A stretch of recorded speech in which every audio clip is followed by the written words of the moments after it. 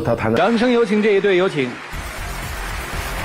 男嘉宾徐先生30岁，来自湖南，是一名厨师；女嘉宾赵女士30岁，同样来自湖南，无业。来，有请两位，有请。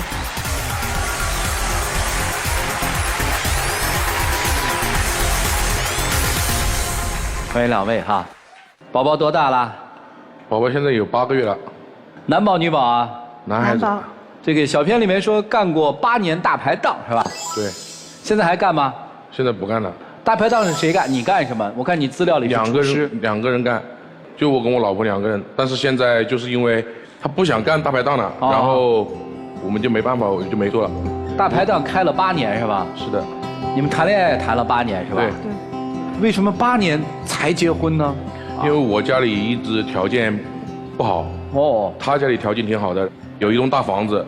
他父母想招我做那个上门女婿，但是我家里也就我一个独生子，然后我自己也挺不愿意去做那个上门女婿的啊。我想通过我自己的努力多赚点钱，然后再去娶她，所以就拖了这么久时间。那现在是你上了门的，还是你娶了她？我娶了她，不是挺好吗？现在就是之前我们8年苦日子的时候都过得挺幸福的，然后现在条件好了，反而那个矛盾就特别多了。她从怀孕以后压根就没做过事啊，从怀孕以后就在家里面待产，然后我那个大排档也做不了了。为什么你就做不了了呢？因为我是专门负责炒菜，然后她要去招呼客人呐，然后每天要去买菜，换别人的话做不了。然后那个大排档的名字叫没她不行，是吗？我就是这么认为的，反正请别人的话就等于从她怀孕开始，这个大排档就不开了，就没开了。然后他表哥在湘潭那边开了一家挺大的那个饭店，后面要扩大经营的那个面积啊，然后他就跟他那个表哥商量，就非得逼着我跟他的那个表哥一起入股啊，然后我也没辙，我就拿出了20万块钱，就投资进去了，入股了。对，我反正就感觉现在我投进去的那个钱，我的股份加我的工资的话，都不是我以前做大排档能够比拟的那种。不，什么叫你的股份加你的工资？你跟我说说。我投资进去了嘛，然后我自己又在里面打工做厨师啊，每个月的那个股份那个分红跟那个工资加到一起，还不如我以前做大排档的1半收入那么多。然后我就感觉我现在，我明白了，就是我既是股东又是厨师，对，我拿2份工资，不如我过去干大排档挣得多，对，所以你不想干了，我就不想干了。然后他现在不但不做事儿，挺爱花钱的。我花什么钱？你说你之前一直是跟我妈妈住在一起对吧？我自己上班的时候是包食宿的，他就非得跑过来跟我一起住，然后我就没办法，又得花大几百块钱1个月去租一个房子。不，那人家想跟你在一起不是好事儿吗？你现在可以跟我妈妈住在一起的话，她还可以照顾你嘛，可以多炖点汤啊，什么东西给你补一下嘛，然后我也不用花这个冤枉钱去租那个房子嘛。你跟他说你为什么让他租房子？我就想我们2个人住在一起，我跟他妈妈2个人性格有一点合不来。你看看，他特爱花钱，现在乱花钱，不开火，每天基本上都是点外卖。我现在每天回家看到那个外卖的那个包装，我就挺来火的。孩子过去了吗？过去了，我跟孩子住在一起，跟他。那确实带一个孩子，那你确实没时间做饭呀。我就说想把孩子送回家给我妈带，她也不愿意。现在自己又不做事，花钱倒是蛮会花，老是买那个化妆品啊、衣服啊，什么东西买一堆。他现在花钱大手大脚到什么程度？可以花个1000多块钱买一个床垫。我们现在本来就是租的房子，我们不可能住一辈子吧？到时候搬走这个床垫也不能搬走是吧？这又是浪费，我感觉。那他睡哪儿呢？不买床垫？睡那个木板床啊，然后上面铺一点被褥啊，也睡得挺好的。为什么现在就那么讲究呢？我宝宝出生了，我想要他睡得舒服一点。你上班那么辛苦，你自己回来也舒服一点不？我现在就是，我想让他把小孩送到家里面去给我妈妈带，然后我感觉我妈妈照顾小孩的话，肯定照顾得比他好。为什么？因为我感觉我妈妈是过来人呢，把我都养得这么壮，然后他就不同意，他总认为他自己可以把孩子照顾好，但是事实不是这样的。我们小孩才多大？才8个月大啊！想找到我自己的银行卡，为什么呢？你的卡呢？我的卡被他藏起来了，我在家里面翻遍了我都没翻到。我挣的钱我反正交给他就看不到了，就是说存下来的钱。瘦吗？是的好吗？他生完小孩以后，其实我们两个是分开睡的，我一直都是睡客厅，因为我打呼噜的声音比较大，我就怕影响到小孩休息，但是他就非得拉着我一起陪着小孩睡。就弄得我现在白天上班挺辛苦的，回到家里面晚上也睡不着一个整觉，我就感觉特别崩溃，特别憋屈啊。哎，你妈妈什么意见啊？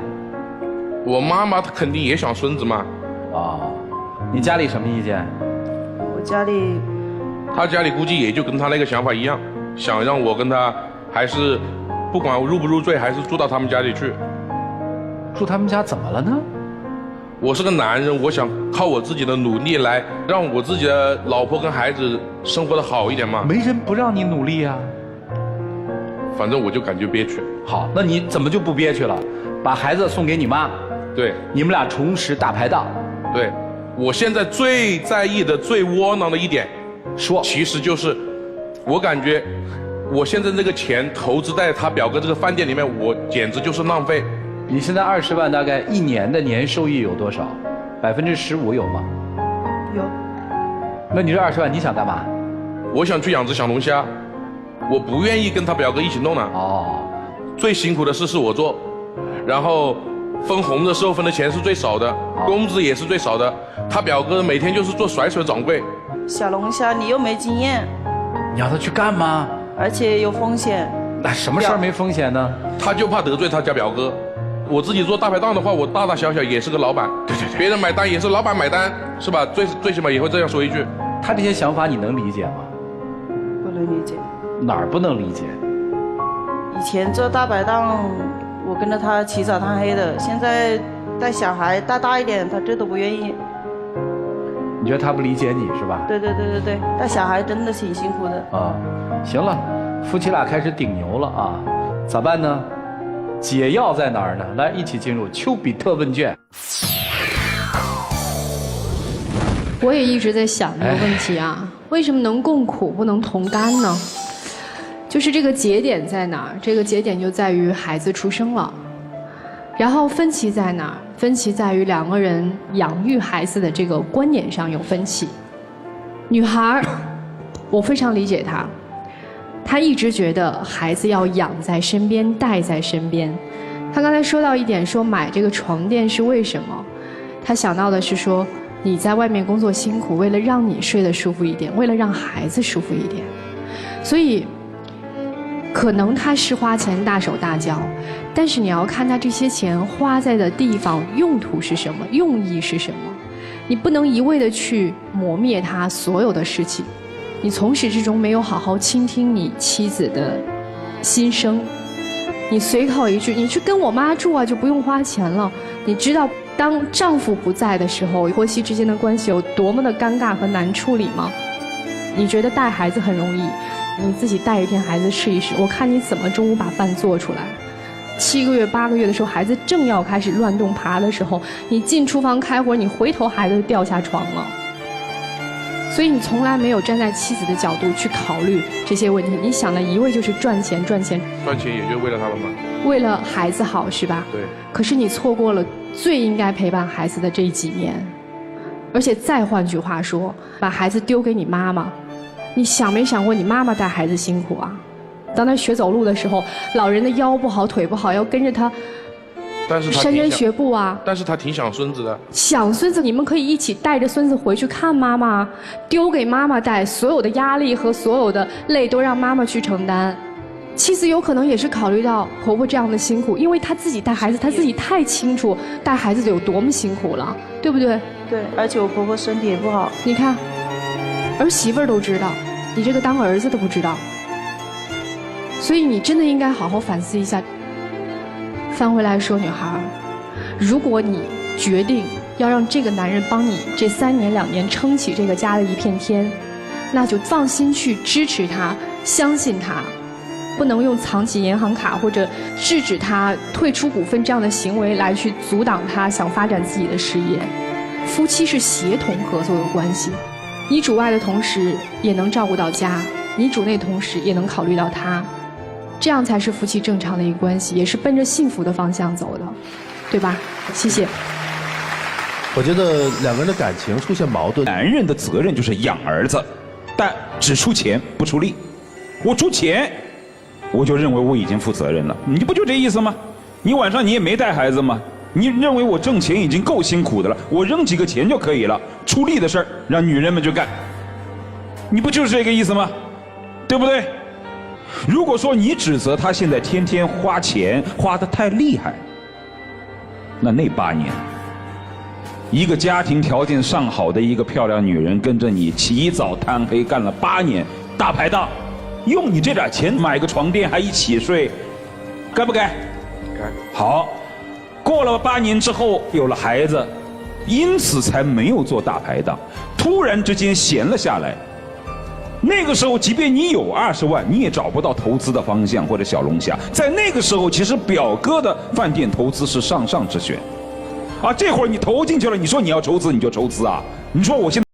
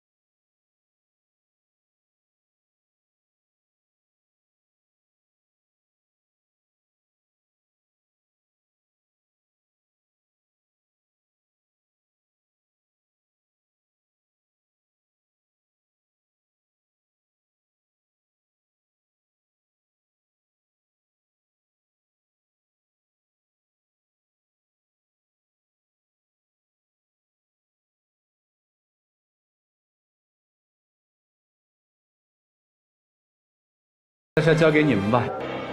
我相信你，只是你平时的时候也要多帮我带一下孩子。以后我会的，以后不会再让咱们家小孩发烧感冒生病了。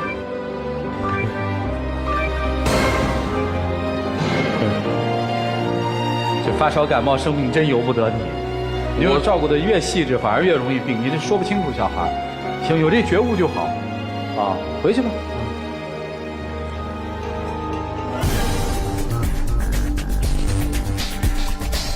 来，请关门。来吧，请开门。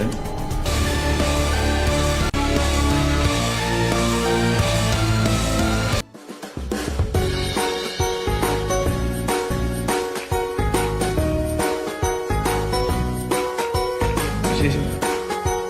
来，见证这对夫妻的浪漫时刻，各位请见证。